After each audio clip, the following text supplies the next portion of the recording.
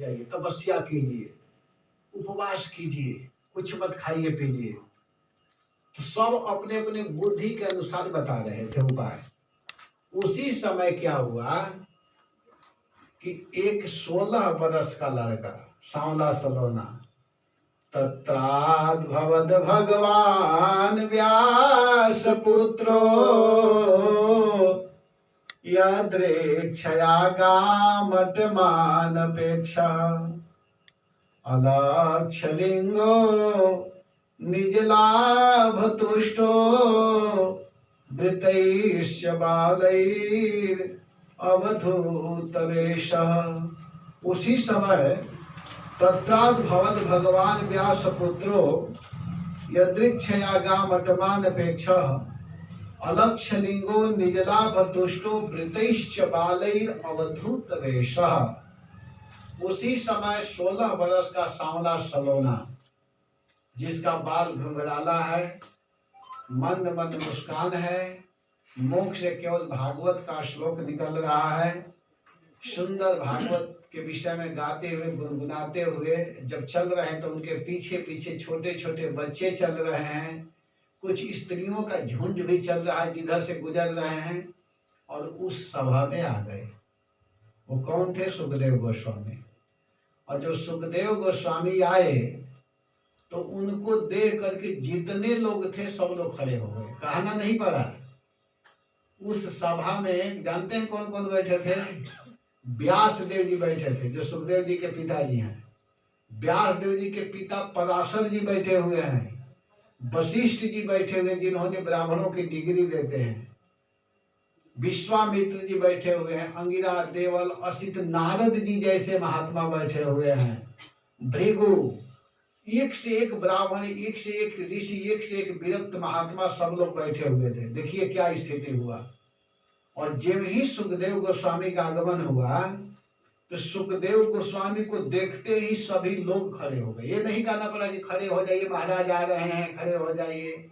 आजकल अनाउंस करते हैं लोग, खड़े हो जाइए, महाराज पधार रहे हैं, तो सब लोग खड़े होते हैं। लेकिन वहां अनाउंस नहीं करना पड़ा। सुखदेव गोस्वामी को देखते ही तत्रा भवद भगवान व्यास पुत्रो यदृच्छया गामटमानपेक्षः अलक्षलिंगो निजलाभ तुष्टो वृतैश्च बालैर अवधूत वेशः। अवधूत वेश में जो स्वयं भगवान के परम भक्त सुखदेव गोस्वामी को जब देखे वहां के लोग, तो कोई ऐसा व्यक्ति नहीं था जो बैठा था, सब लोग खड़े हो गए। महाराज परीक्षित को समझने में देर नहीं लगा, वो तुरंत समझ गए कि यह सबसे महत्वपूर्ण व्यक्ति हैं। और महाराज परीक्षित तुरंत उनको एक विशेष आसन पर ले जाकर के बैठाए, जिसको व्यास आसन कहते हैं। सच पूछिए तो व्यास आसन पर सबको नहीं बैठाना चाहिए। ये आसन कोई साधारण नहीं है। इस आसन पर किसको बैठना है, किसको बैठाना है, हम लोगों को जानना जरूरी है। बैठने वाले को भी जानना चाहिए और बैठाने वाले को भी जानना चाहिए। समझिएगा, आप लोग कथा यहाँ हो रही है समझने के लिए। आजकल फैशन चल रहा है, कथा कहने वालों का भी फैशन है और करवाने वालों का भी फैशन चल रहा है। आजकल कथा करने वालों की कमी नहीं है कि नहीं? एक से एक कथा करने वाले लोग कहते हैं कि बहुत वक्ता है, लेकिन कराने वाले को विचार करना चाहिए, देखना चाहिए कि वक्ता जी हैं कैसा। कहीं तो गुटखा का भोग नहीं ना लगाते हैं, देखना चाहिए। कहीं सुबह सुबह नाश्ता में चाय का चुस्की नहीं ना लेते हैं, ये जानना पड़ेगा। आजकल जो कथा कराते हैं फैशन चल दिया है कि मैं भी कथा कराया, मैं भी कथा कराई, मेरे यहाँ भी भागवत हुई। क्या हुई? तो रोज चाय का भोग लगता था सुबह सुबह। वक्ता जी भी चाय पी रहे हैं और श्रोता जी भी चाय पी रहे हैं, तो कैसे उद्धार होगा बताइए? सुनने में जरूर लगेगा, लेकिन हम लोग ऐसे ही वक्ता हैं कि सही बात ही बताएंगे। जो सही है इसमें से जो छांट करके जाएंगे ना, वो समझ जाएंगे कि कथा का मतलब क्या है। भागवत का मतलब जानना जरूरी है सबको। ये कोई फैशन नहीं है। नाच हुआ, थोड़ा डांस हुआ, थोड़ा सा इधर नाचे, थोड़ा उधर नाचे, बस चले गए, मनोरंजन करेंगे। इसके लिए भागवत नहीं है। भागवत को कहा गया है इति श्रीमद् भागवते पारमहंस्याम संहितायाम। ये पारमहंसों का संहिता है। परमहंस, परमहंस, हंस का मतलब समझते हैं ना? हंस जो होता है, दूध और पानी को मिला दीजिए एक में, दूध को पी लेगा, पानी को छोड़ देगा। इसी तरह परमहंस लोग होते हैं कि जो भगवान के विषय में जो चीज है उसी को ग्रहण करते हैं, संसार में और सब पर देखते भी नहीं है, दृष्टि भी नहीं डालते हैं। तो वक्ताओं का चयन करना चाहिए। जब कथा करानी है तो भले थोड़ा समय लग जाए, भले 50 आदमी ही कथा में बैठे, 100 आदमी ही बैठे, लेकिन शुद्ध वक्ता को बुलाना चाहिए। वक्ता का लक्षण बताया गया है कि वक्ता कैसे होना चाहिए। कहा गया विरक्तो, वैष्णवो, विप्र, वेद शास्त्र विशुद्धिकृत, दृष्टांत कुशलो धीर, वक्ता कार्याति निष्प्रिय। ये वक्ता का लक्षण है।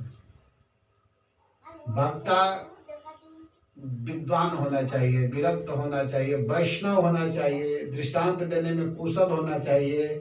वक्ता लोभी नहीं होना चाहिए, लालची वक्ता नहीं होना चाहिए कि कथा से पहले ही फिक्स कर ले कि इतना पैसा दोगे तब हम कथा करने के लिए जाएंगे। ऐसा वक्ता नहीं होना चाहिए। और दृष्टांत देने में कुशल होना चाहिए। वक्ता का चयन की बात यहाँ आ रही, इसलिए समझना जरूरी है। आजकल कथा जो कराते हैं, करते हैं, देखना चाहिए वास्तव में उसका रूटीन क्या है। कथा करते समय ही धोती में नहीं ना, इसके बाद कहीं जींस पहन करके तो नहीं ना घूमता है, देखना चाहिए। कथा कराने से पहले निगरानी करनी चाहिए। जैसे विवाह करते हैं हम लोग लड़की का, तो ये थोड़े कि किसी के साथ विवाह कर देते हैं। विवाह करने से पहले छानबीन करते हैं, है कि नहीं? इस संसार में रहने के लिए जब इतना छानबीन करते हैं तो हमको तो इस जगत को छोड़ करके भगवान के धाम प्राप्त करना है। उसमें छानबीन नहीं करेंगे तो कैसे कल्याण होगा? बताइए, भगवान को कोई मूर्ख बना सकता है? और इसमें भी मिलावटी चीज का प्रयोग करेंगे तो कैसे होगा? इससे तो अच्छा है कि कोई डांस करा लीजिए। कथा जब ही शब्द लिख दिए कि श्रीमद् भागवत कथा कराने जा रहे हैं, तो भागवत शब्द देते ही हरि बोल, बच्चे शांत हो जाओ। देखिए, जब भी भागवत कराने की बात आए तो पहले विचार करना चाहिए कि वक्ता कैसा है, उसको देखना चाहिए, उसका रूटीन मिलाना चाहिए, उसका खान पीन आचरण व्यवहार सब देखना चाहिए। और ऐसे वक्ता से जब कथा सुनेंगे तो आपको पूरा पूरा फल मिलेगा। तो सुखदेव गोस्वामी जब वहां पर गए तो सुखदेव गोस्वामी को देखते ही जितने लोग थे, किसी को कहना नहीं पड़ा, सभी लोग खड़े हो गए।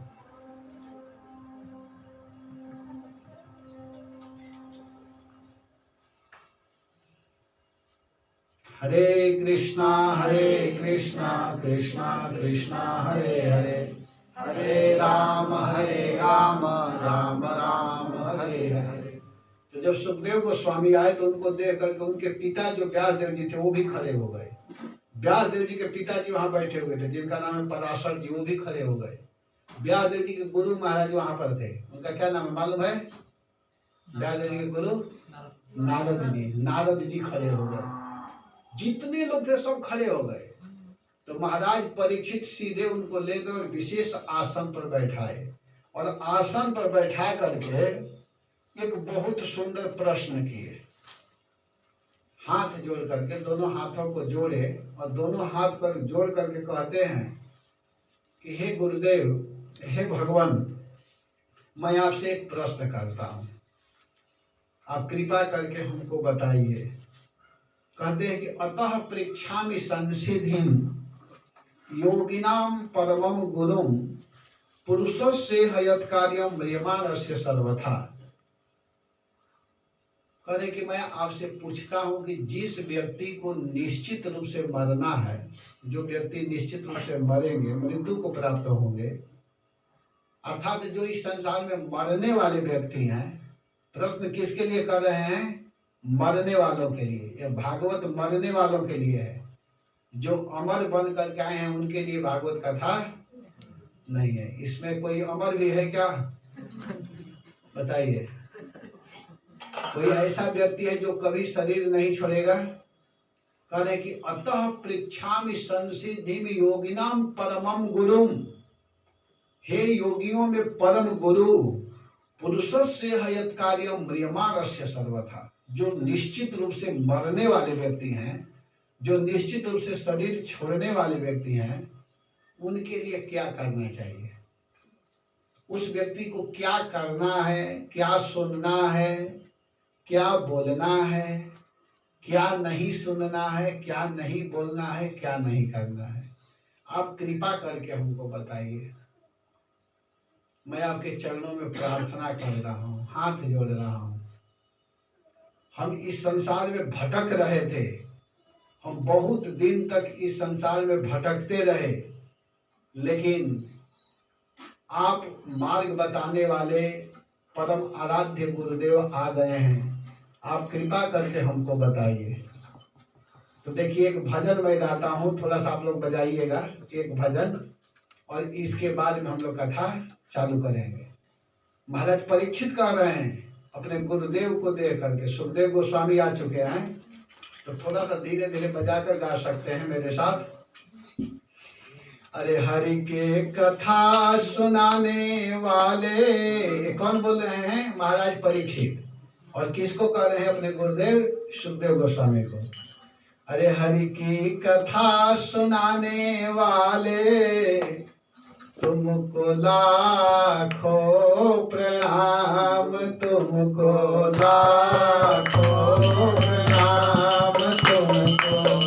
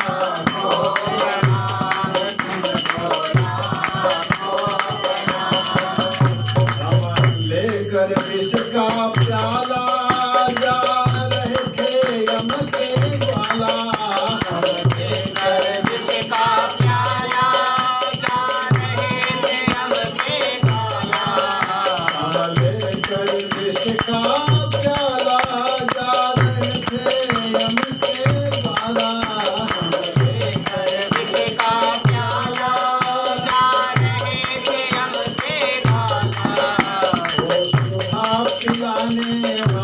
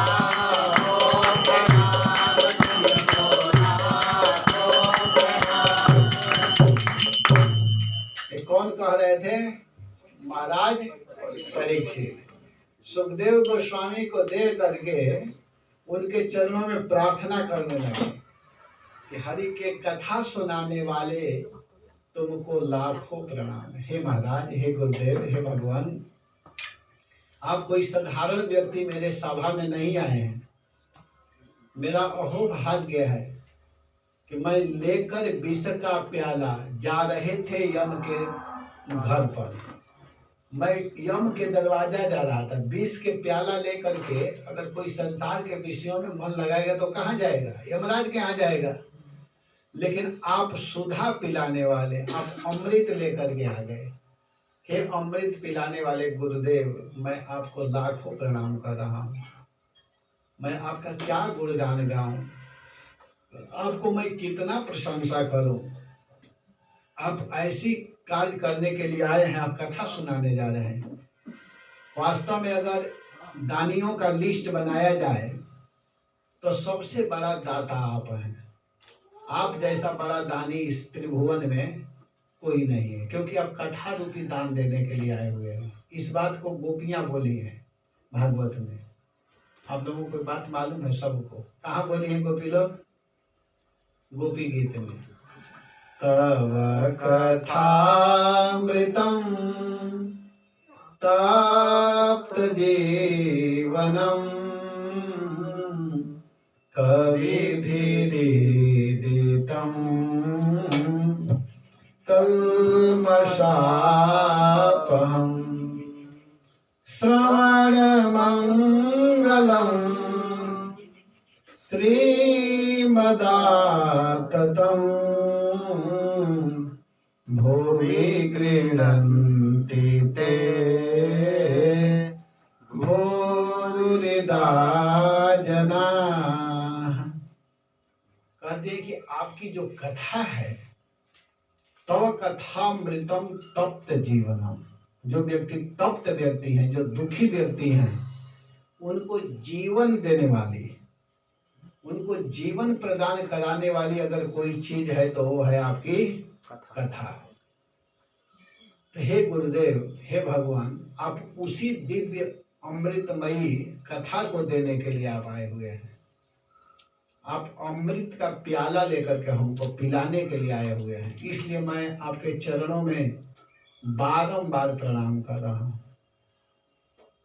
सुखदेव गोस्वामी के चरणों में महाराज परीक्षित प्रार्थना करते हुए कहे कि जो व्यक्ति निश्चित रूप से मरने वाले हैं उनको क्या करना चाहिए, आप कृपा करके बताइए। सुखदेव गोस्वामी तो प्रसन्न हो गए, खुश हो गए। ऐसा व्यक्ति बहुत कम लोग मिलते हैं। आज के व्यक्ति कैसे मिलते हैं? हे गुरुदेव, कुछ कृपा कीजिए, मेरे लड़का का नौकरी नहीं लग रहा है, यही ना कहते हैं।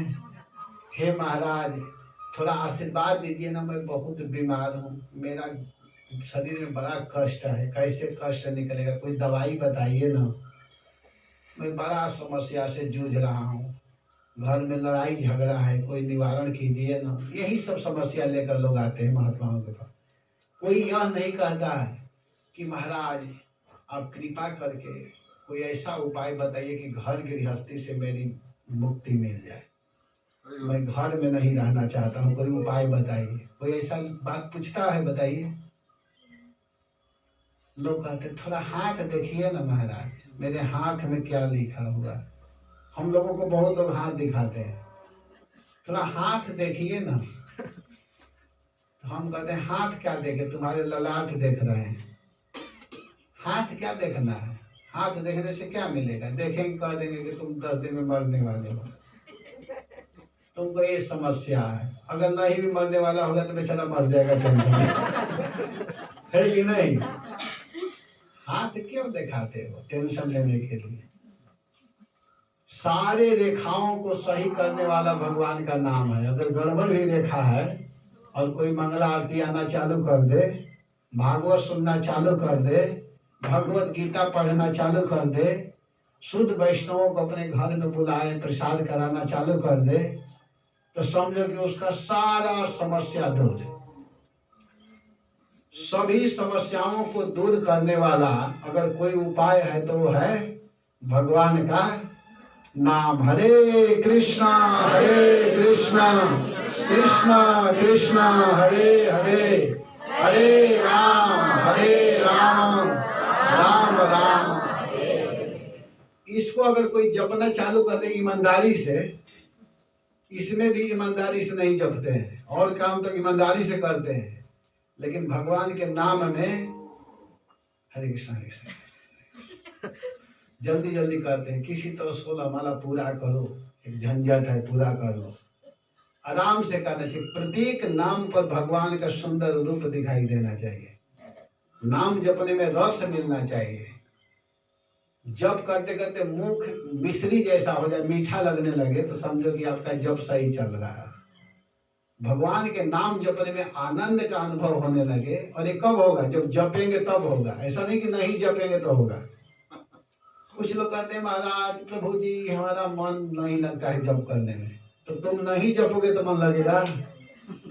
जपोगे तभी ना मन लगेगा। जैसे छोटे बच्चे होते हैं तो उनको जब खिलाया जाता है छोटेपन में तो नहीं खाता, उसका मन नहीं लगता है खाने में, उसका मिट्टी खाने में मन लगता है कि नहीं? और माता जी एक तमाचा लगाती है गाल पर, मिट्टी नहीं खाना है, उसको दूसरा चीज देती है, मिश्री देती है, मिठाई देती है, तो सोचता है क्या है, वो नहीं खाना चाहता है। लेकिन जब ही मुख में मिश्री जाता है या लड्डू मिठाई मीठा लगता है तब हाँ ये बहुत अच्छा है, उसको खाना चाहता है। वैसे ही नाम जब जपने लगेंगे तो मीठा लगने लगेगा, और जब मीठा लगेगा तो जपने का मन करने लगेगा। पहले जपिए तो सही। भगवान के नाम जपने का अभ्यास करना चाहिए, और उसका अभ्यास केंद्र कौन है? यही मंदिर है। यहाँ आकर के बैठ करके जप करना चाहिए कुछ देर, आधा घंटा, 1 घंटा, 2 घंटा, 2.5 घंटा, जैसे समय मिले। जब भी समय मिले मंदिर में आना चाहिए। मंदिर में आकर के भगवान के सामने कितने सुंदर गौर निताई हैं, इनके सामने बैठ करके जप करना चाहिए, कृपा बरसाएंगे। सबसे बड़े अगर कोई सुहृद हैं, सबसे बड़े अगर कोई हितैषी हैं तो भगवान है। भगवान से बढ़कर कोई सुहृद नहीं हो सकता, कोई हितैषी नहीं हो सकता, कोई अपना नहीं हो सकता। संसार का जो संबंध है ना भैया, वो वास्तव में समझ में नहीं आता है। कुछ लोगों को आता भी है तो मोह के कारण नहीं समझ पाते हैं। ये केवल कुछ देर के लिए है, वास्तविकता प्रेम नहीं है। वास्तव में संसार का प्रेम है ही नहीं। संसार का प्रेम जो है केवल जब तक आपसे कुछ निकलने वाला है तभी तक लोग करते हैं। एक उदाहरण दे दूं, एक उदाहरण देता हूँ, छोटा सा उदाहरण है, आप लोग सुने होंगे तो सुने होंगे, नहीं तो सुन लीजिए। कि एक बार की बात है, एक गांव में एक महात्मा रहते थे। उस गांव में ही रहते थे। उनका नित्य काम था कथा करना। उनका सेवा यही था प्रवचन करना। 1-1.5 घंटा कथा करते थे, फिर अपना भजन करते थे। तो लोग आते थे कथा सुनने के लिए। तो एक लड़का दूसरे गांव से आता था कथा सुनने के लिए, नित्य आता था, प्रतिदिन कथा सुनता था। तो एक दिन वो लड़का नहीं आया। रोज आता था लेकिन एक दिन नहीं आया। और जब एक दिन नहीं आया तो महाराज पूछने लगे कि बेटा तुम कल क्यों नहीं आए थे? जो कथा करते हो सबको देखते हैं। तो वो कहे कि बेटा तुम कल कथा में क्यों नहीं आए थे? तो वो कहा कि महाराज जानते हैं मैं आ रहा था कथा के लिए, घर से चल ही दिया था। आप लोग फोन बंद क्यों नहीं कर लेते हैं? एक बार बोला है ना, जैसे फोन कर माने भाषे है, एक दिन प्रसाद हम देते हैं, बार बोला है कल के सीट लेके जाओ। तो क्या हुआ कि वो लड़का प्रतिदिन कथा में आता था और एक दिन नहीं आया। तो महाराज कहे बेटा तुम कल क्यों नहीं आया था? कहा कि गुरुदेव मैं तो कथा के लिए चल ही दिया था, लेकिन जब मैं चल रहा था तो उस समय मेरी पत्नी कही कि रोज तो आप कथा सुनते ही हैं, आज मेरे साथ चलिए, थोड़ा बाजार में मार्केटिंग करना है। तो मैं इसीलिए नहीं आया क्योंकि गुरुदेव पत्नी मुझको बहुत मानती है। एक शब्द बोल दिया क्या कि पत्नी मुझको मानती है, मुझसे बड़ा प्रेम करती है। अरे बोल। पत्नी, वो कहा कि पत्नी मुझसे बड़ा प्रेम करती है। तो गुरुदेव को ये बात अच्छा नहीं लगा। सब कुछ अच्छा लग रहा था, लेकिन वो कहा कि पत्नी मुझको बहुत मानती है, बड़ा प्रेम करती है, तो वो शब्द अच्छा नहीं लगा। ये क्यों कह रहे हो? तुम्हारी पत्नी तुमको नहीं मानती है। और पत्नी के ही बात नहीं, महात्मा जी बोले कोई किसी को नहीं मानता है, मानने को केवल भगवान ही मानते हैं सबको। कहा कि गुरुदेव ऐसे मत बोलिए, हमारी पत्नी मुझसे बहुत प्रेम करती है। तो गुरुदेव कहे कि बिल्कुल तुम झूठ बोल रहे हो, तुम्हारी पत्नी तुमसे प्रेम नहीं करती। अब गुरु शिष्य में चल दिया, गुरु कह रहे हैं कि नहीं मानती है, शिष्य कह रहा है कि। तो गुरुदेव कहे कि बेटा तुम विश्वास करो, मैं एक साधु हूँ, महात्मा हूँ, मैं बिल्कुल सही कह रहा हूँ। क्या गुरुदेव देखिए आपकी कथा जरूर सुनता हूँ, लेकिन हमारी पत्नी के विषय में ऐसे मत कहिए। मेरी पत्नी मुझसे बहुत प्रेम करती है, जब मैं जाता हूँ तब खाती है, बिना खाए खाती ही नहीं, जब मैं सो जाता हूँ तब सोती है, जगने से पहले जग जाती है। तो महात्मा कहे बेटा मैं जो कह रहा हूँ ना बिल्कुल सही कह रहा हूँ, अगर विश्वास नहीं तो परीक्षा दे सकते हो। क्या कैसे? तो कहे कि कल तुम्हारी पत्नी की बात मैं नहीं कर रहा हूँ, घर में कोई किसी से प्रेम नहीं करता है, स्वार्थ बस करत जगह प्रीति। तो उस लड़का के घर में उसकी माताजी थे, पिताजी, पत्नी और एक छोटी सी बहन थी जिसका शादी नहीं हुआ था। कहे कि अगर विश्वास नहीं तो परीक्षा लो। महात्मा जी क्या किए कि एक औषधि दिए उसको और कहे कि इसको खाना, घर जाकर के खाओगे, खाने के 5 मिनट के बाद ही तुम ऐसा हो जाओगे कि लगेगा कि तुम मर गए हो, लेकिन मरोगे नहीं। वो 2 घंटा तक वो दवाई काम करेगा, तुम्हारा सांस भी नहीं चलेगा 2 घंटा तक, लेकिन कौन क्या बोल रहा है वो सब सुनाई देगा, देखना क्या हो रहा है। तो वो लड़का कहा कि अच्छा मैं बिल्कुल सही कह रहा हूँ, महात्मा जी बोले। तो कहा कि ठीक है बोले। और महात्मा जी उसको वही दवाई, वही औषधि उसको दिए। ध्यान देकर सुनिएगा हुआ क्या। अब वो लड़का घर गया और घर जाकर के उसको खा लिया, और खाते ही 5 मिनट के बाद में बस वहीं पर गिर गया तो मरे जैसा हो गया। अब मरने के बाद में तो पता है ना, सब लोग रोने लगते हैं, हाय बेटा हाय कहाँ गया, ये वो करके सब रोने लगे। वो सुन रहा है, पत्नी रो रही, शरीर पीट रही है, हाथ दे, माँ पीट रही है, पिता रो रहे हैं, बहन रो रही है, गांव के लोग जुट गए, गांव के लोग भी कुछ लोग रोने लगे कि भाई ये कहीं लड़का था, क्या हो गया, सब रोने लगे। अब इतना भीड़ हो गई गांव में, तब तक वो महात्मा जी भी आ गए। 10, 15, 20 मिनट, आधा घंटा होते होते महात्मा जी भी आ गए। कहे क्या बात है, क्या बात है? आपको दिखाई नहीं दे रहा है, मेरा एक ही लड़का था, मर गया, मेरा पति थे, इनके बिना मैं कैसे रहूंगी, हाय हाय हाय, बहन भी रो रही है। तो महात्मा जी का इसमें क्या नई चीज है? जो व्यक्ति जन्म लिया वो मरता ही है, मृत्यु जन्मवताम वीर देहे न सहजायते अद्यवाब्द शतान्ते वा मृत्यु वही प्राणिना ध्रुव। जो व्यक्ति जन्म लिया है वो निश्चित मरता है, आज मरे या 10 वर्ष के बाद मरे या 50 वर्ष के बाद मरना निश्चित है। तो सब लोग कहे कि तुम इसलिए इस तरह बोल रहे हो कि तुम्हारा कोई बीवी बच्चा है नहीं, सब लोग कहने लगे। तो महात्मा जी कहे कि अरे भाई मर गया तो क्या हो गया? तो माता पिता बहन पत्नी खूब रो रही थी, हम इसके बिना कैसे रहेंगे, हमारा सब कुछ खत्म हो गया, बर्बाद हो गया। तो महात्मा जी कहेंगे ठीक है, तुम लोग प्रेम करते हो? तो हाँ हम इससे प्रेम करते हैं, मैं इसके बिना रह ही नहीं सकता हूँ।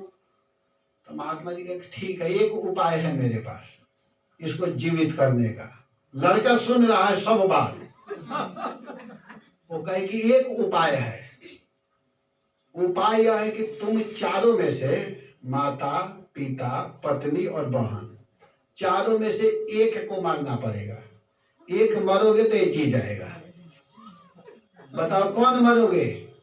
तो उसकी माँ उसके पिता के तरफ देखने लगी, जो बुढ़िया थी वो बूढ़ा के तरफ देख रही है,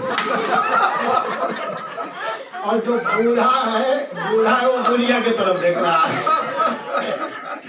जो उसकी पत्नी है वो उसके बहन के तरफ देख रही, बहन भाभी के तरफ देख रही कि भाई एक मरो कोई। बूढ़ा कह रहा है कि तुम मर जाओ, बुढ़िया को। बुढ़िया कहेगी मैं क्यों मरूंगी, तुम ही मर जाओ। दोष भी रहे हैं तो दोनों कहते हम लोग नहीं मरेंगे। तब बहन कहती भाभी तुम मर जाओ, रहकर क्या करोगी? तो भाभी कहती कि तुम ही मर जाओ, तुमको विवाह करने में बहुत पैसा लगेगा, तुम मर जाओ। आपस में सब ऐसे कर रहे हैं। तो महात्मा जी कहे जल्दी मरो भाई, क्या बात है, जल्दी कोई एक मरो, मैं इसको जीवित करूं। तो महात्मा जी बूढ़ा से कहे कि बाबा आप मर जाओ। तो कहा कि मैं क्यों मरूंगा, मैं तो नहीं मरूंगा। बूढ़ा बोला। तब उसके माँ को कहे तो कहा कि मैं भी नहीं मरूंगा। तो बहन से कहे कि बेटी तुम मर जाओ, आखिर तुम्हारा विवाह कौन करेगा? कहे कि नहीं नहीं मैं नहीं मरूंगी। तब वो महात्मा जी बोले उसके पत्नी से कि बेटी तुम मर जाओ, क्योंकि तुम्हारा पति कहता था कि तुम बहुत अपने पति से प्रेम करती थी, तो तुम रह करके क्या करोगी, तुम मर जाओ। तो कहती कि मैं क्यों मरूंगी, मैं तो दूसरा विवाह कर लूंगी। उसकी पत्नी बोल रही है मैं इसके लिए क्यों मरूंगी, तो मेरा कोई बच्चा भी नहीं हुआ है। वो बोल रही है मैं तो अभी आज 10-15 दिन की बात है, काम क्रिया होगा, यहाँ से जाकर दूसरा विवाह कर लूंगा। अच्छा तुम लोग नहीं मरोगे तो ना। तब वो महात्मा जी कहे कि ठीक है मेरा शिष्य है, मैं ही इसके लिए मर जाता हूँ।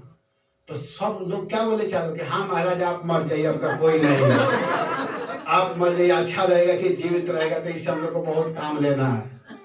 तो महात्मा जी का अभी मरता हूँ। और महात्मा जी क्या किए कि जल लिए और जल लेकर उसको छिड़के, उनमें पावर था कि तुरंत जीवित कर देंगे, वो तो जीवित था ही। जल छिड़के कहे बेटा जीवित हो जाओ, खड़े हो जाओ। वो खड़ा हो गया और खड़ा हुआ तो कहे देखो ये तुम्हारी प्यारी प्यारी पत्नी जी है, ये तुम्हारी माता पिता और बहन प्रेम करते हैं, रहो इनके साथ। लड़का का बस गुरुदेव हो गया, मैं देख लिया संसार का संबंध। ये संसार जो है मतलब का यारा, संसार में कोई नहीं अपना, संसार केवल स्वार्थी है। केवल एक के लिए नहीं कहा जा रहा है, मत समझिए कि पत्नी के लिए कहा जा रहा है, नहीं। इस संसार में कोई किसी से प्रेम नहीं करता है। एक की बात नहीं कही जा रही है, नहीं कि पत्नी नहीं करती तो पति करता है, कोई नहीं करता है। जब तक उससे कुछ निकलने वाला है, कुछ काम सधने वाला है, कुछ मिलने वाला है, तब तक तो उसके पीछे लगे रहते हैं। और जब ही लग जाता है कि अब इससे कुछ नहीं मिलने वाला है, तो वही व्यक्ति सोचते हैं कि खत्म हो जाता तो अच्छा रहा, एक भार बना हुआ है, टेंशन है। ऐसे व्यक्ति को रहने से क्या लाभ है, क्या फायदा है कि नहीं? तो यहाँ पर महाराज परीक्षित अपने गुरु महाराज को देख करके कहते हैं हे गुरुदेव, वास्तव में हित करने वाले आप हैं, आप कल्याण करने वाले हैं, हित करने वाले हैं। हे भगवान, हे गुरुदेव।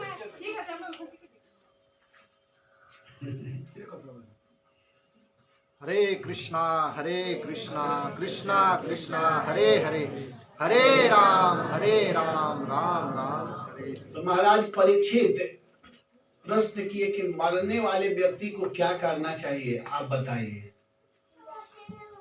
सुखदेव गोस्वामी को इतना अच्छा लगा।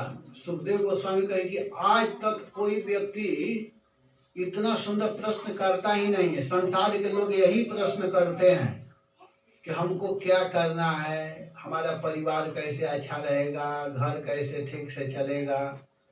लेकिन आप ऐसे व्यक्ति मिले हो कि पूछ रहे हो कि जिसको निश्चित रूप से मरना है उसको क्या करना चाहिए। तो सुखदेव गोस्वामी बहुत खुश हुए और प्रसन्न होकर के कहने लगे कि बड़ी यान से ते प्रश्न कृतम लोक हितम नृप। हे राजन, आपने बहुत सुंदर प्रश्न किया है। इस प्रश्न से जगत का हित होने वाला है। जगत माने सारे संसार के हित के लिए, कल्याण के लिए आपने प्रश्न किया है। अपने लिए नहीं, आप संपूर्ण जगत के हित चाहते हैं महाराज। और देखिए, ऐसे तो जिसका मन संसार में लगा हुआ है, जिसका मन विषयों में लगा हुआ है, उसके लिए तो बहुत कुछ करने सुनने के लिए है। लेकिन जो परम सुख को प्राप्त करना चाहता है, जो परम आनंद को प्राप्त करना चाहता है, जो चाहता है कि हमेशा हमेशा के लिए आनंद में रहूं, यह लोक सुखी परलोक सुखी, इस लोक में भी मैं सुखी रहूं और परलोक में भी मैं सुखी रहूं, इस संसार में भी मुझे आनंद मिले और इस संसार के बाद भी मुझे आनंद मिले, तो उसके लिए तो एक ही काम है। सुखदेव गोस्वामी बोले, सुखदेव गोस्वामी कहे कि ऐसे व्यक्ति के लिए केवल एक ही काम है। कुछ लोगों का केवल शरीर में मन लगा रहता है, देहा पत्र कलत्रादि आत्मसंन्यास सस्वपी तेषाम प्रमत्तो निधनम पश्यन अपि न पश्यति, वो व्यक्ति नहीं समझ पाता है। लेकिन जो व्यक्ति हमेशा हमेशा के लिए आनंद में रहना चाहता है, हमेशा हमेशा के लिए सुखी रहना चाहता है, तो उसके लिए कहते हैं कि तस्माद् भारत सर्वात्मा भगवान ईश्वरो हरि श्रोतव्य कीर्तितव्य स्मर्तव्यम चेक्षता भयम। कह रहे हैं कि जो अभय पद को प्राप्त करना चाहता है, जो हमेशा सुखी रहना चाहता है, उसे भगवान का भजन करना। तस्माद् भारत सर्वात्मा, हे भरत वंश में जन्म लेने वाले महाराज परीक्षित, उसको क्या करना चाहिए कि जो सर्वात्मा, जो सबके प्रिय है, सर्वात्मा का मतलब होता है जो सर्व प्रिय, जो सबके प्रिय है। सबके प्रिय कौन है? भगवान। जो आत्मा है वो सबके प्रिय है। आत्मा के उपस्थिति के कारण यह देह प्रिय होता है, यह गांव प्रिय होता है, जाति प्रिय होती है, देश प्रिय होता है। जिस दिन शरीर से आत्मा निकलता है तो कितना ही सुंदर शरीर क्यों न हो, उस शरीर से कोई प्रेम नहीं करता है। कितना ही सुंदर पत्नी, पुत्र, पिता, माता, गुरु, भाई जो भी हो, उससे प्रेम नहीं रहता। उसके भीतर जब तक आत्मा है तभी तक वह प्रिय रहता है। लेकिन जिस दिन शरीर से आत्मा निकलता है, उसी दिन वह शरीर को व्यक्ति जलाना चाहता है, पानी में डालना चाहता है, मिट्टी में डालना चाहता है। इसका मतलब कि शरीर प्रिय नहीं है। शरीर कब तक प्रिय था?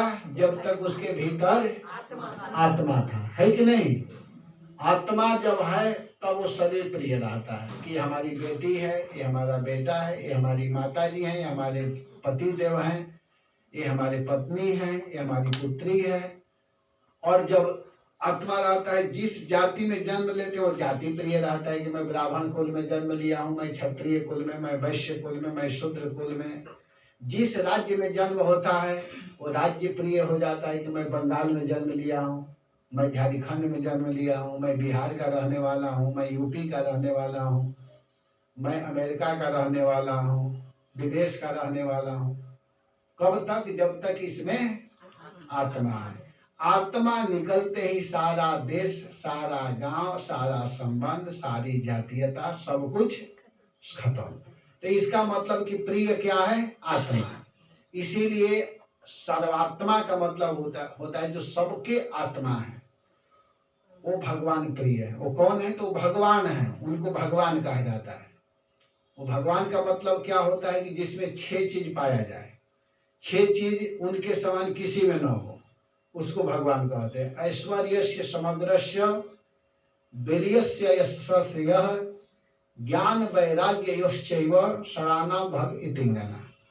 जिसके समान किसी के पास बल न हो, जिसके समान किसी के पास ज्ञान न हो, जिसके समान किसी के पास धन न हो, जिसके समान किसी के पास सौंदर्य न हो, जिनके समान किसी के पास यश न हो, और जिनके समान किसी के पास वैराग्य न हो, उसको कहते हैं भगवान। जो सबसे ज्यादा बलवान हो, जैसे कृष्ण 6 दिन की अवस्था में पुतना जैसे राक्षसी को मार दिए, 7 वर्ष की अवस्था में गिरिराज पर्वत को उठा लिए। आजकल अगर कोई बलवान बनते हैं तो 3 क्विंटल पत्थर रख दीजिए सिर पर, दब करके मर जाएंगे। कैसे भगवान हो सकते हैं? अगर वैराग्य को लीजिए तो भगवान 16,108 विवाह किए, लेकिन किसी में आसक्त नहीं हुए। ब्रज में रहे लेकिन ब्रज को छोड़े तो दोबारा ब्रज में लौट करके नहीं आए। उनके जैसा कोई वैरागी नहीं है, वैराग्यवान। फिर देखिए सौंदर्य, भगवान जैसा कोई सुंदर व्यक्ति नहीं है, सौंदर्य वाला। सबसे सुंदर अगर कोई है तो वो है भगवान। भगवान सबसे ज्यादा सुंदर है, उनके जैसा कोई सुंदर नहीं हो सकता है, सौंदर्यवान कोई नहीं हो सकता है। सबसे सुंदर है तो भगवान है। इसके बाद धन वाला लीजिए तो सबसे बड़े धनी कोई है तो भगवान है, क्योंकि जिनकी पत्नी ही लक्ष्मी जी है तो उसके यहाँ धन की कमी तो नहीं होगी। लोग लक्ष्मी को चाहते हैं लेकिन लक्ष्मी पति को नहीं चाहते। तो जब तक लक्ष्मी पति को नहीं चाहेंगे तो लक्ष्मी जी कैसे आएंगी बताइए। जिसे धन चाहिए तो उसे लक्ष्मी पति को पकड़ना चाहिए, और जब लक्ष्मी पति को आप कैद कर लेंगे तो लक्ष्मी जी भाग करके आपके पास आ जाएगी, है कि नहीं। क्योंकि लक्ष्मी जी पतिव्रता है, और उनके पति को अगर कोई अपने घर में लाकर रखेगा तो लक्ष्मी जी कैसे उधर आएगी, भाग करके आएगी, अपने पति के पास आएगी कि नहीं। तो इसलिए लक्ष्मी पति को पकड़िए, लक्ष्मी के चक्कर में मत भागिए, लक्ष्मी जी अपने आप भाग करके आ जाएगी। तो सबसे बड़े धनी व्यक्ति कौन है, भगवान। सबसे बड़े धनवान भगवान है। और जस, भगवान जैसा जस भी किसी के पास में नहीं है, क्योंकि जिनकी कथा गुणगान आज से 5000 बरस पहले जो हुआ था आज भी चल रहा है, रोज सुनते हैं और नूतन दिखाई देता है, नया नया लगता है। बार बार कथा सुनते हैं, बार बार सुनने का मन करता है। तो उनके जैसा कोई जस वाला भी नहीं हो सकता है।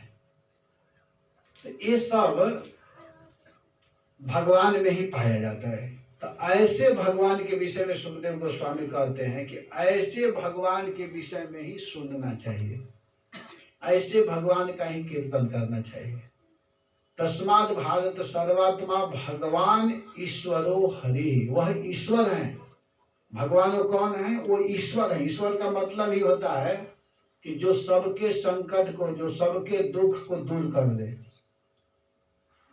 उसी को ईश्वर, उसी को हरि कहते हैं। हरि, हरि का मतलब ही होता है जो सबके संकट को दूर करे। हरि शब्दे नाना अर्थ द्वयी मुख्यतम। हरि शब्द के अनेक अर्थ है, उसमें दो मुख्य है। पहला है सर्व अमंगल हरे, समस्त प्रकार के अमंगल को नष्ट करता है। और दूसरा प्रेम दिया हरे मन, भगवान अपने सौंदर्य को दे करके, अपने रूप को दे करके उस व्यक्ति के मन को आकर्षित कर लेते हैं, मोहित कर लेते हैं। ये हरि का मतलब है। तो ऐसे हरि के शरण में हम लोगों को जाना चाहिए। हरे कृष्णा कृष्णा कृष्णा कृष्णा हरे हरे, हरे राम राम राम हरे हरे। तो यहाँ पर सुखदेव गोस्वामी कह रहे हैं कि हे महाराज, हे परीक्षित, देखिए आपने अगर सुख चाहते हैं, आनंद चाहते हैं, इस जीवन में भी सुखी होना चाहते हैं, इस जीवन के बाद में भी सुखी होना चाहते हैं, तो आपको जो सबके ईश्वर, सबके आराध्य, सबके जो पूजनीय हैं वो है भगवान। उस भगवान के शरण में आप लोगों को जाना चाहिए। और आप चिंता मत कीजिए, आपके पास तो 7 दिन का समय है। एक राजा हुए थे जिनका नाम है खडवांग। खडवांग महाराज तो 2.5 घड़ी में ही भगवान को प्राप्त कर लिए थे। एक राजा थे अयोध्या के राजा जिनका नाम था खडवांग महाराज। खडवांग महाराज एक ऐसे राजा थे कि 2.5 घड़ी में, 2.5 घड़ी कहते हैं 1 घंटा को, 24 मिनट का 1 घड़ी होता है, 60 मिनट में 1 घंटा होता है। तो मात्र 1 घंटा में खडवांग महाराज भगवान के परम पद को प्राप्त कर लिए थे, परम स्थान को प्राप्त कर लिए थे। भगवान के परम भक्त खडवांग महाराज, अयोध्या के रहने वाले राजा, 1 घंटा में, 1 घंटा अपने मन को भगवान के चरणार बिंद में लगाए। उनकी कथा इस प्रकार है कि खडवांग महाराज एक बार स्वर्ग में गए हुए थे देवताओं की सहायता करने के लिए। देवताओं में और असुरों में युद्ध चल रहा था, तो देवता लोग खडवांग महाराज से प्रार्थना किए कि महाराज आप हमारी सहायता कीजिए, आप इतने बड़े बलवान हैं, तो आप हमारा हेल्प कीजिए। खडवांग महाराज देवताओं के तरफ से युद्ध किए, लड़ाई किए, और जब लड़ाई किए तो उनके सहयोग से देवता लोग विजय प्राप्त कर लिए, युद्ध में जीत गए। तो जब जीत गए तब अब खडवांग महाराज को कुछ इनाम देना चाह रहे थे कि आप हम लोगों के युद्ध में सहायता किए हैं, हेल्प किए हैं, तो हम लोग कुछ आपको देना चाहते हैं, आपको जो चाहिए मांग लीजिए। तो देवता लोग जब इस तरह की बात कहे तो खडवांग महाराज कहे कि ठीक है, आप लोग जब देना ही चाहते हो मुझे, तो मुझे अमर बना दो, मैं शरीर छोड़ना नहीं चाहता हूँ। तो देवता लोग कहे कि महाराज ये तो हम लोग नहीं कर सकते हैं, इसको हम लोग दे नहीं पाएंगे, इसके अतिरिक्त आपको जो चाहिए मांग लीजिए। तो खडवांग महाराज कहे कि अच्छा, तुम लोग अमर नहीं बना पाओगे, तो बताओ हमारा उम्र कितना है। तो देवता लोग कहे कि आपका उम्र केवल 1 घंटा है। अब आपके पास समय कितना है? कितना है? 1 घंटा मात्र बचा हुआ है आपके पास उम्र।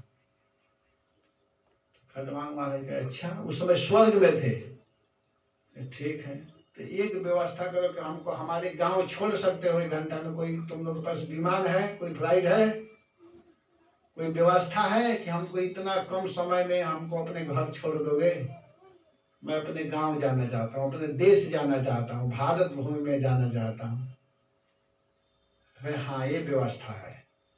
तो देवता लोग ऐसा व्यवस्था किए कि खडवांग महाराज तुरंत अयोध्या आ गए, तत्क्षण, समय नहीं लगाने में तुरंत पहुंच गए। और जब पहुंचे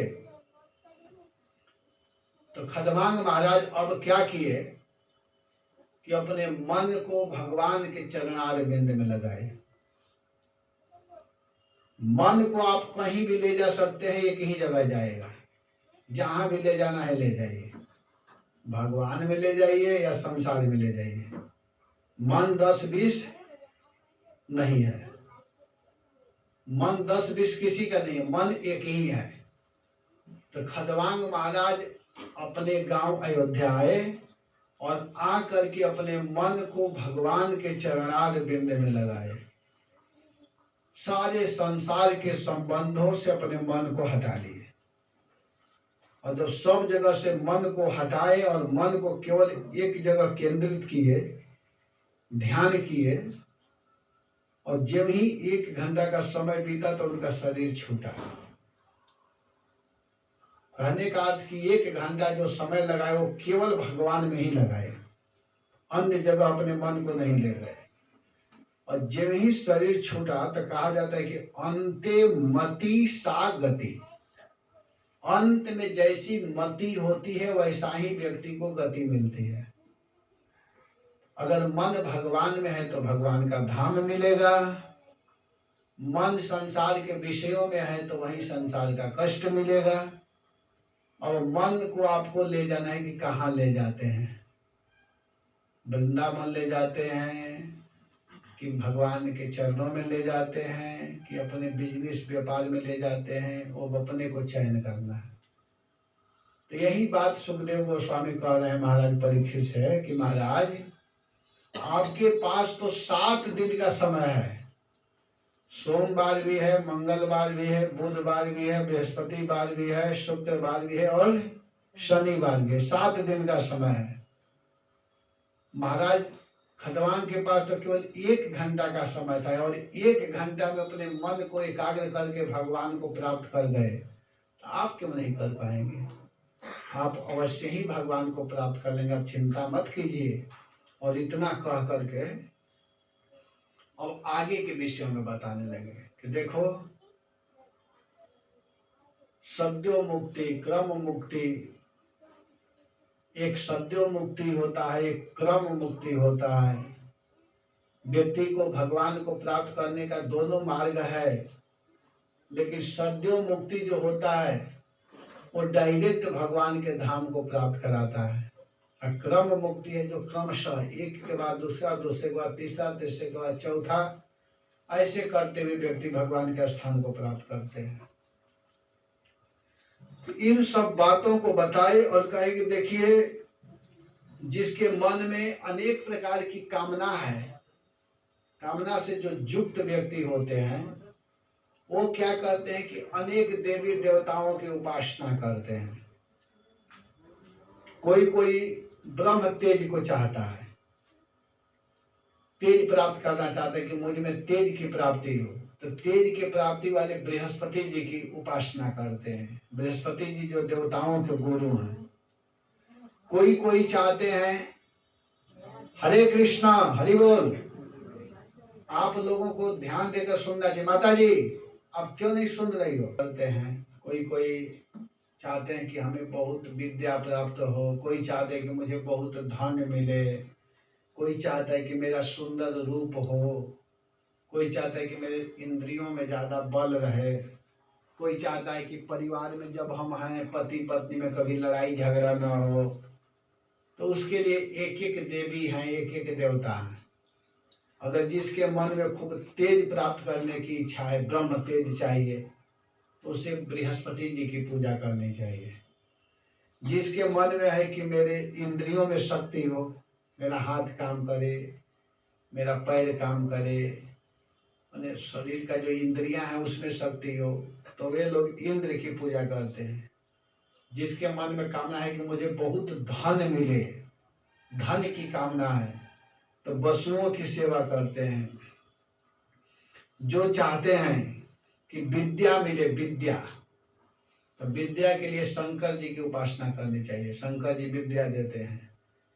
जिसको चाहिए कि पति पत्नी में खूब प्रेम बना रहे, तो उसे उमा सती का भजन करना चाहिए। उमा सती, कभी कभी पति पत्नी में भी लड़ाई झगड़ा होता है।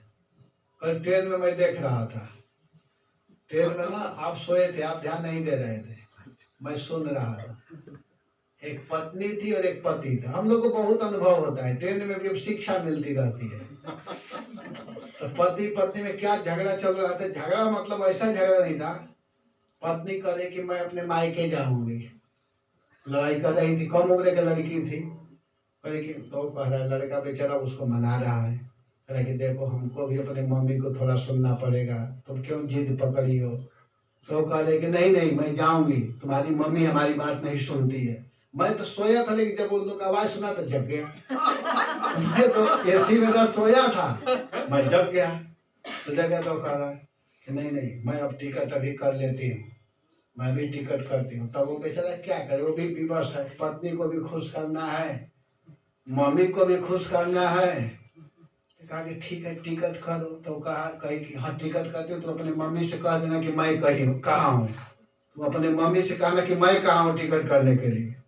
तो बेचारा क्या करे, कहा कि हाँ हाँ ठीक है कहूँगा। झूठ सिखा रही बोलने के लिए, हाँ हाँ करता जा रहा है, तो अभी ट्रेन में ही लड़ाई हो जाएगा, जाना तो 2 महीना बाद है। तो ये सब झगड़ा चलता रहता है पति पत्नी में। तो पति पत्नी में अगर झगड़ा हो रहा है तो कैसे सही होगा।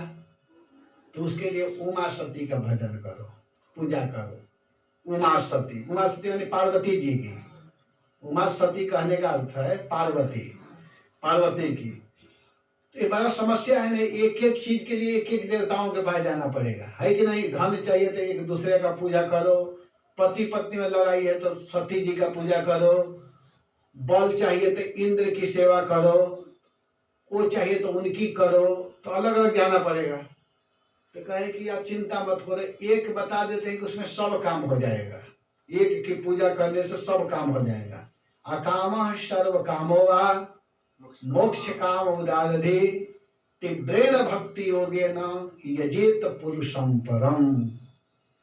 अगर जिसको धन चाहिए, जिसको बल चाहिए, जिसको चाहिए कि माता पिता से भी प्रेम बना रहे, पत्नी से भी प्रेम बना रहे, सुंदर रूप भी हो जाए, तो उसके लिए केवल एक ही आराध्य है, वो है भगवान। हरे कृष्णा कृष्णा कृष्णा हरे हरे, हरे राम राम राम। जैसे कभी कभी बीमारी होती है तो अलग अलग डॉक्टर अलग अलग दवा दे देते हैं और मरीज बेचारा परेशान हो जाता है 10-20 दवा लेकर के, किसको खाऊं किसको खाऊं। और कोई कोई डॉक्टर इतने अच्छे होते हैं कि सब रोगों का दवाई एक देते हैं, 1-2 दवाई देते हैं कि इसको खाओ, इसमें सब दवाई काम करेगा। तो खुशी होती है कि चलो एक दवा खाने से काम हो जाएगा। तो वैसे ही सभी रोगों का, सभी समस्याओं का समाधान एक ही है, हरे कृष्णा कृष्णा कृष्णा हरे हरे,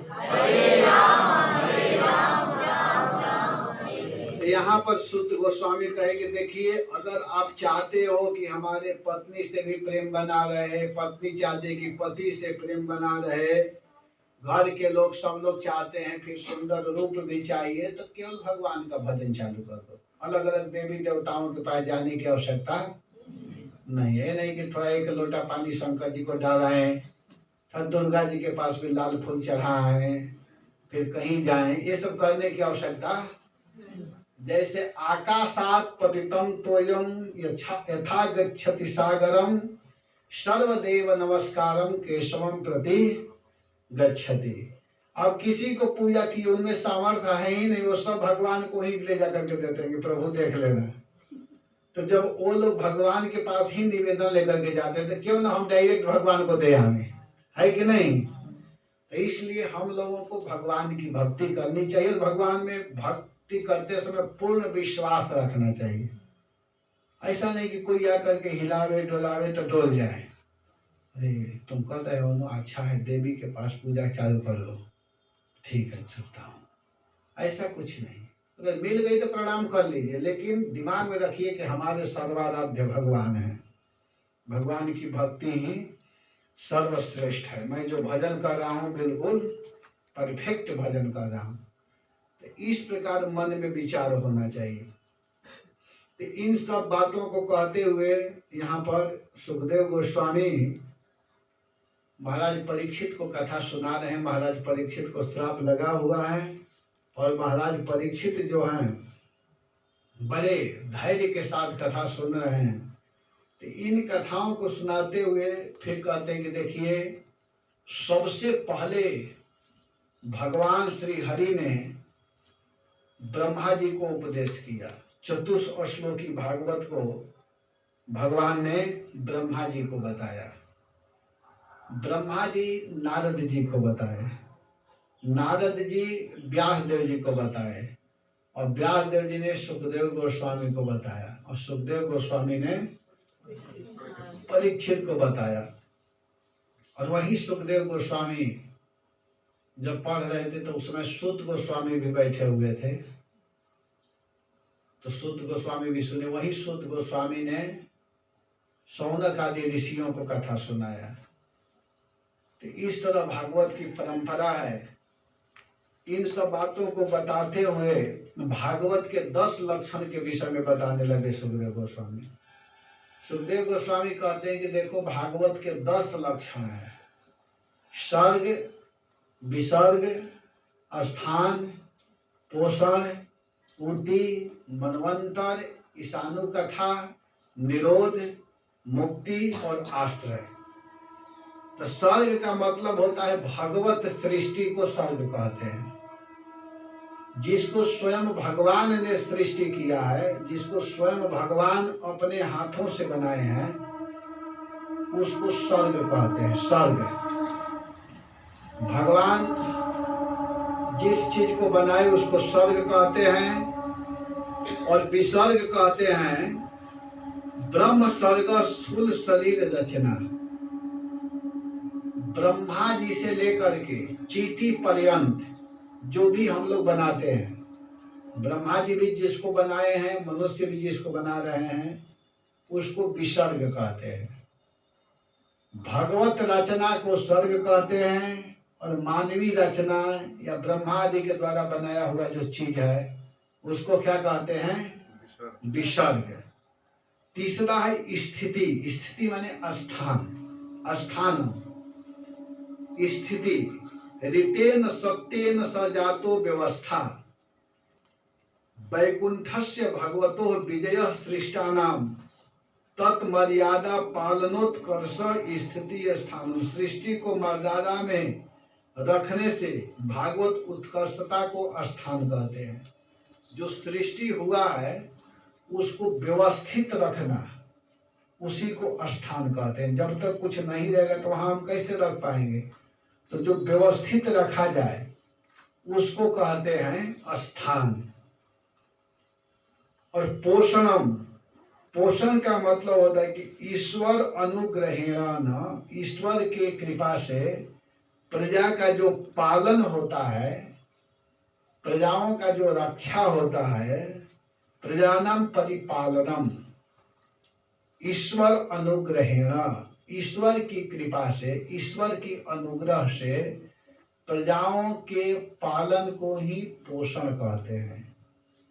प्रजा का कैसे पालन होगा, कैसे रक्षा होगी, कैसे पोषण किया जाएगा, कैसे खिलाया पिलाया जाएगा, तो ईश्वर के कृपा से ये सब व्यवस्था होता है, उसी को पोषण कहते हैं।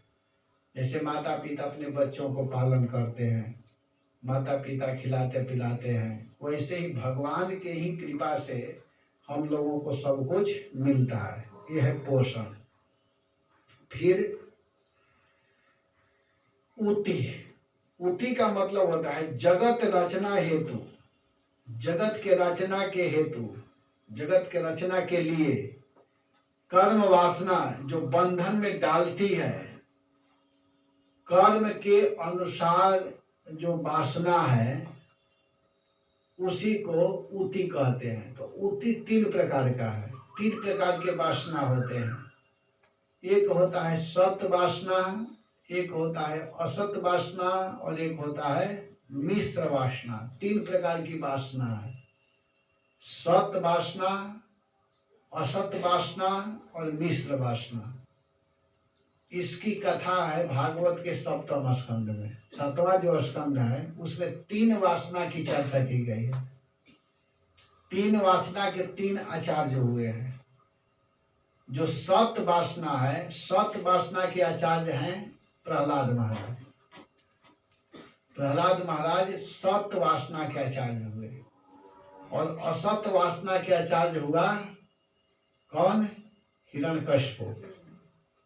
15 अध्याय की कथा 7वें स्कंद में है। तो 1 से लेकर के जो 5 अध्याय की कथा है शुरू में, वो है असत वासना। उसका आचार्य हुआ कौन? हिरण्यकश्यप। और 6वां अध्याय से लेकर के 10वां अध्याय तक की जो कथा है 7वें स्कंद में, वो सत वासना है। उसमें प्रहलाद महाराज मुख्य आचार्य हुए। प्रहलाद महाराज के सत्य का वहां पर निरूपण किया गया कि प्रहलाद महाराज भगवान के भक्ति के लिए कैसे अडिग रहे अपने भक्ति में। हिरण्यकश्यप खूब प्रयास किया विघ्न डालने के लिए, लेकिन भगवान विचलित, भगवान के भक्त प्रहलाद महाराज विचलित नहीं हुए, थोड़ा भी डिस्टर्ब नहीं हुए। कुछ भी किया गया, क्या क्या नहीं प्रयास किया गया। पहाड़ से नीचे गिराया गया, आग में उनको डाला गया, माता कयाधु के द्वारा विष पिलाया गया, लेकिन उससे वह विचलित नहीं हुए, क्योंकि वो सत्य पर पूर्ण आश्रित थे। उनको पूर्ण विश्वास था कि जिस भजन को मैं कर रहा हूँ, जिस भक्ति को कर रहा हूँ, वो मैं फालतू काम नहीं कर रहा हूँ। उनको पूर्ण अपने भक्ति में विश्वास था। उसको सत्य कहते हैं। जो सत्य को पकड़ लेता है उसको कोई हिला नहीं सकता है, कोई डिगा नहीं सकता है। कभी कभी व्यक्ति हिल जाते हैं, डवाडोल हो जाते हैं, कांपने लगते हैं कि अरे मैं जो कर रहा हूँ वो सही है कि नहीं है। लेकिन जिसका नींव मजबूत है तो कोई कितना ही हिलाता है। जैसे घर है, जिसका पिलर खूब नीचे से रहता है तो भूकंप आने से वो घर गिरता नहीं है, और जो थोड़ा सा जमीन खोद करके घर बना रहता है तुरंत धड़ाम से गिर जाता है। तो वैसे ही भक्ति में भी जो सत्य को मजबूती से पकड़ा है, सत्य मतलब भगवान, सीधा समझिए, जो भगवान को मजबूती पूर्वक पकड़ लिया है तो उसको कोई भी विचलित नहीं कर सकता है। तो प्रहलाद महाराज जो है वो बिल्कुल सत्य को पकड़ चुके थे, क्योंकि वो ऐसे गुरु बनाए थे। उनके गुरु कौन थे? नारद जी। नारद जी इतने बड़े विद्वान शुद्ध भक्त वैष्णव गुरु हैं। कैसे गुरु के द्वारा ज्ञान जो प्राप्त किए हैं तो उनका ज्ञान परिपक्व है, परिपक्वता के कारण उनको कोई विचलित नहीं कर पाया। कितना हो कोई कुछ भी सिखाता रहा, जो कि उनके पास अच्छा वातावरण नहीं था, असुरों के बीच में थे, लेकिन जो पढ़ाई पढ़े थे, जिस स्रोत से सुने थे, वो स्रोत बड़ा तगड़ा था। गर्भ में ही सुन लिए थे। किसके द्वारा सुन लिए थे? नारद जी के द्वारा। तो इतने सुंदर ढंग से वो सुने थे। देखिए सुनने का कितना बड़ा महत्व है। सुनने का बड़ा महत्व होता है। अगर आप सही स्रोत से सुने रहेंगे तो बीच में कोई कितना हो डिस्टर्ब करेगा, कितना हो विचलित कराना चाहेगा, तो वह व्यक्ति विचलित नहीं होता है। और जो सही ढंग से नहीं सुना रहता है वो विचलित हो जाता है। तो प्रहलाद महाराज सत्य के आचार्य हुए और इतना तगड़ा आचार्य थे कि उनको हिरण्यकश्यप, उनको षंड अमर, कितने लोग कहते रहे कि अरे तुम इसको छोड़ो, तुम आसुरी विद्या को स्वीकार करो, लेकिन नहीं किए। और यहाँ तक कि असुर बच्चों को भी सत्य विद्या का ज्ञान देने लगे। प्रहलाद महाराज कहने लगे कि अरे बच्चे तुम लोग ये सब क्या पढ़ रहे हो, अगर वास्तव में तुम लोग सुखी रहना चाहते हो तो तुम लोग मैं जो कह रहा हूँ उसको करो। तो बच्चे कहे क्या करना है?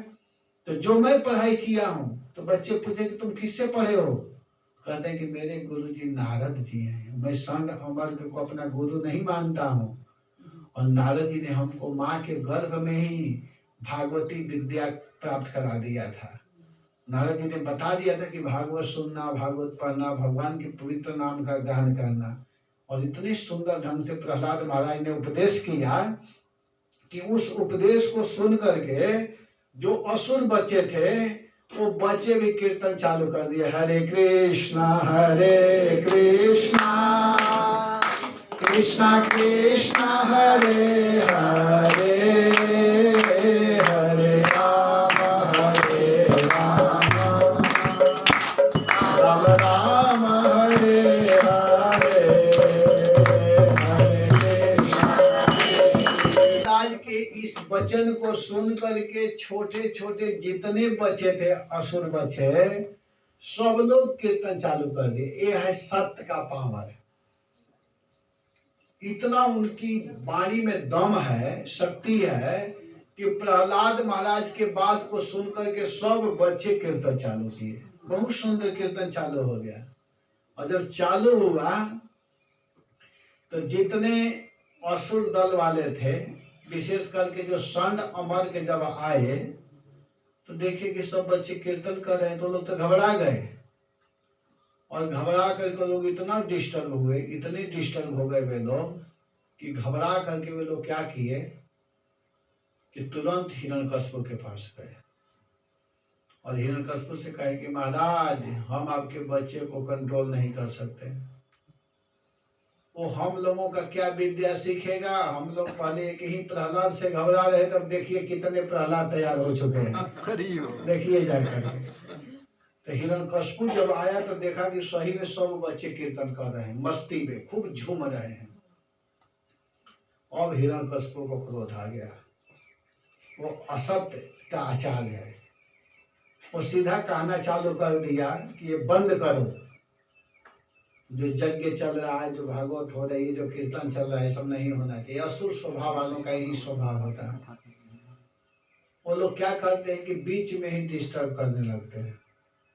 उनको कथा अच्छी नहीं लगती है, उनको भगवान का नाम अच्छा नहीं लगता है, उनको प्रवचन अच्छा नहीं लगता है, उनको भगवान का प्रसाद अच्छा नहीं लगता है, उनको भगवान अच्छे नहीं लगते हैं। उनको क्या अच्छा लगता है? ये सब के अतिरिक्त, ये सब के अतिरिक्त अगर कोई भी चीज हो तो ये सब अच्छे लगते हैं।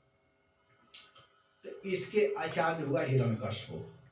5 अध्याय में असत वासना का वर्णन, 5 अध्याय में सत्य वासना का वर्णन, और 11 से लेकर के 15 अध्याय जो है, 5 अध्याय अंतिम वाला 7वें स्कंद में, उसके आचार्य हुए महाराज युधिष्ठिर, जिसको मिश्र वासना कहते हैं, मिश्र। तो उसके आचार्य कौन हुए? महाराज युधिष्ठिर। तो उसमें सत और रज, उसमें तम का गंध नहीं है महाराज युधिष्ठिर में। महाराज युधिष्ठिर में सत्य गुण भी है और रजो गुण भी है।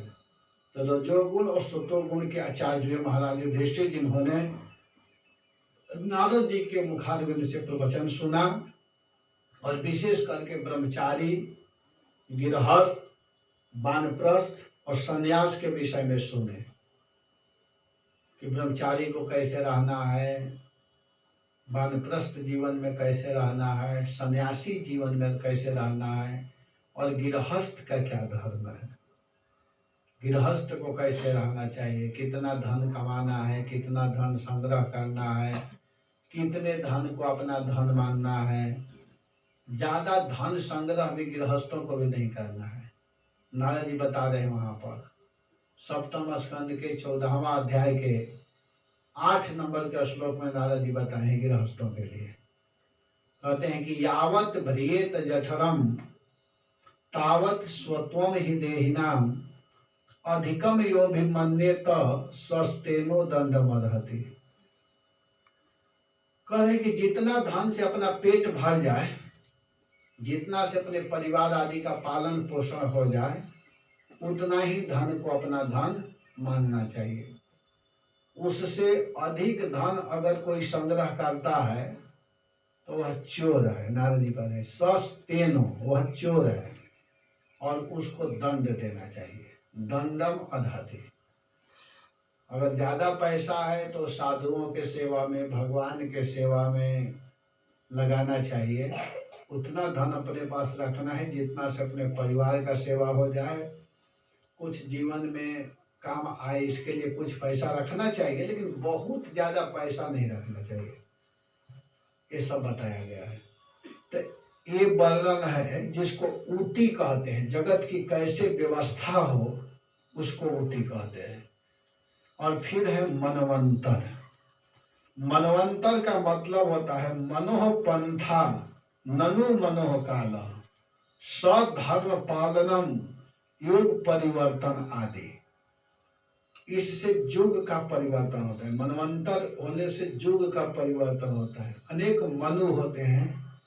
जैसे इस देश को चलाने के लिए अलग अलग मंत्रिमंडल होता है, वैसे ही मनवंतर के द्वारा इस जगत को चलाया जाता है।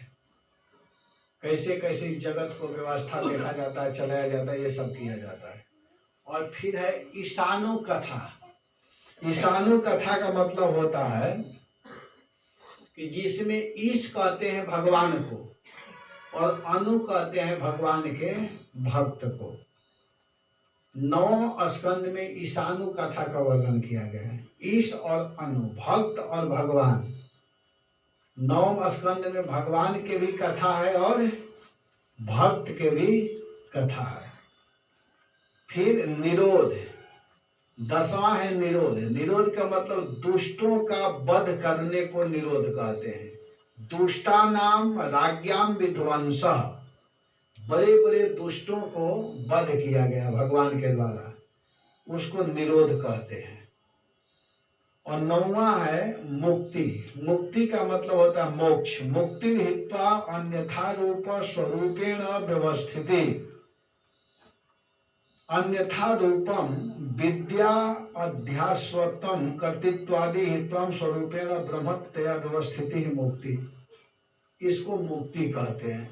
और अंतिम है 10वां जो है वो है आश्रय। आश्रय का मतलब है कि श्री कृष्ण शरणम मम, श्री कृष्ण के शरण में जाना ही आश्रय है। हम लोग आरती कर लेते हैं, वो कर लेते हैं। कल से टाइम में लोगों को बता दिया जाएगा, ठीक है ना? हाँ, समय हो गया ना? हाँ ठीक है। तो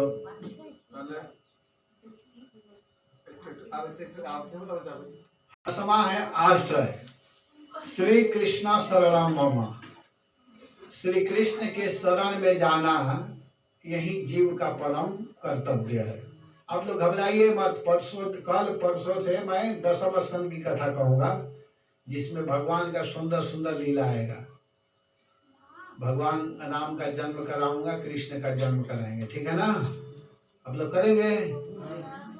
राम कृष्ण का जन्म मनाएंगे, ठीक है। परसों दिन कृष्ण का मैं जन्म कराऊंगा, ठीक है ना? परसों दिन कृष्ण का जन्म उत्सव मनाएंगे और कल भगवान राम के विषय में सुनाएंगे। ठीक है।